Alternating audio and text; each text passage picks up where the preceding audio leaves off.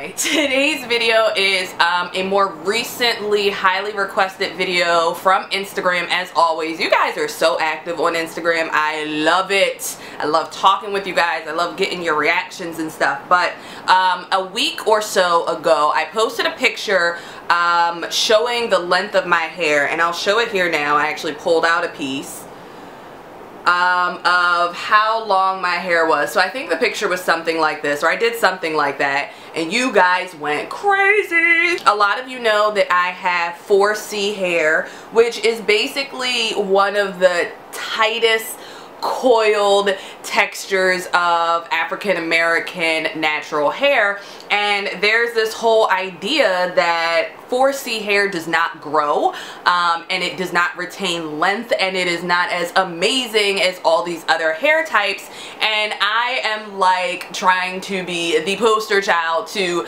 debunk that myth. Like, it's just not true. Like, 4C hair grows, 4C hair can be manageable, and it can be styled. And when I posted that picture, a lot of other 4C or, you know, 4B and just more tightly coiled haired ladies, proper English or not, reached out to me and was just like, Deanna, how do you make your hair grow? How do you retain length?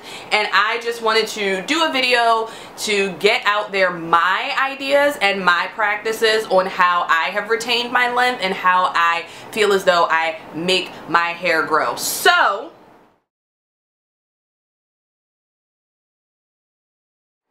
tip number one is to protect your hair. I am all about my weaves. I am all about my protective styles, especially come winter time, because winter is so harsh on natural hair because the air is so dry and so harsh. It dries your hair out. It messes up all types of moisture. It breaks off. It's bad. So my whole thing is that in the summer, and I'll even start this kind of like late fall, you guys actually may see me in a weave this summer. I don't know.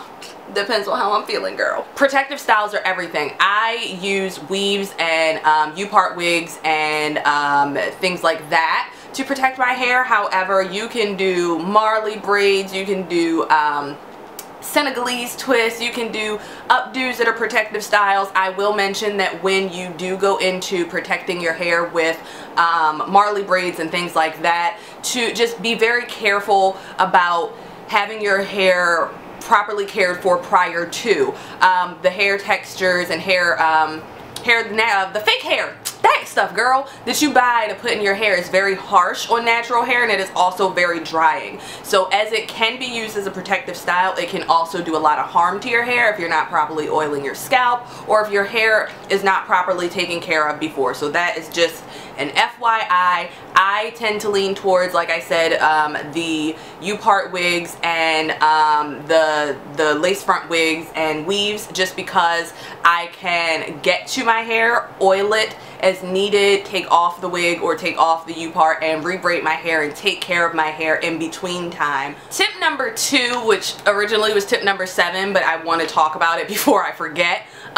Proper detangling. I have realized that proper detangling can make or break any type of natural hair, but especially 4C hair. This is like an old twist out, a very old twist out. So when I go to like wash my hair, before I even do that, I'm going to spray my hair down with some water, and I'm going to take my wide tooth comb, section off my hair, and basically just go through, because you see how that is? You see how it's kind of like still kind of twisted and wrapped around each other? I'm going to go through my hair with water, a wide tooth comb, and my fingers, and separate these pieces of hair that are still twisted around each other. 4C hair struggles with single strand knots all the time. Even when you detangle it, it is still kind of tangled. So proper detangling and going through your styles that you've taken down and really separating out the hair. And see like that? That's like a knot right there. If I would have just tried to like go and wash my hair, that would have knotted up on me. But you want to separate it, and then just knowing how to detangle your hair in general. You always want to go from the tips of your hair to the root. If you start at the root, you basically just push the knots down and you get a lot of breakage at the end. So number 3 is going to be hydration. 4C hair, natural hair in general needs to be hydrated. I suggest you find a great leave-in conditioner, a great daily moisturizer, and no, you don't have to moisturize it every day. That's just what it's called. And also remember that even though water causes shrinkage, water is your friend. You need to have hydration and oil and cream. Practice the lock method at all times. Liquid, oil, cream, or leave-in conditioner, oil, and cream. You need to seal in those oils into your hair. That is very important. So hydration all the time. Don't have your hair be thirsty. You don't be thirsty, and don't have your hair be thirsty. Number 4 tip, and this is just low-key because I'm lazy, but also I guess my laziness has worked in my favor. Leave your hair alone. I cannot stress enough how much I just leave my hair alone. I am not constantly styling my hair, which is low-key why you guys haven't seen like tutorials yet, because my styles are very simple at this point in my natural hair journey, but some are coming. But I have gotten to this length and I have retained the length because I do not over manipulate my hair. Now my hair comes down to here, but I've also cut my hair at least 2 or 3 times in my natural hair journey. So had I not done those things, my hair would be all the way down. But no, leave your hair alone. Do not over manipulate. Do not get protective styles back to back to back to back. Let your hair relax and like chill. Bruh. Tip number 6 is to find great products. I know as a natural hair person, finding great products is a struggle. Not only 1, because it's just a struggle, but 2, because we tend to be product junkies. Anytime something comes out, we want to try it.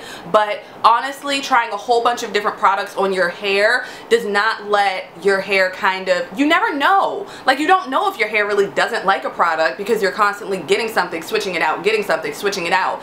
Give your hair some time to adapt or see if it really likes a product. Some products, yes, it's just wrong from the start, but there are other times when we just don't let our hair get used to something, and switching up products and using products that do not work well together can also cause damage to your hair and breakage and just bad things, girl. Bad things. So definitely find great products that work for your hair. I'm not saying don't try suggestions, but always remember that you have to have a strong base of good products that works well for your hair.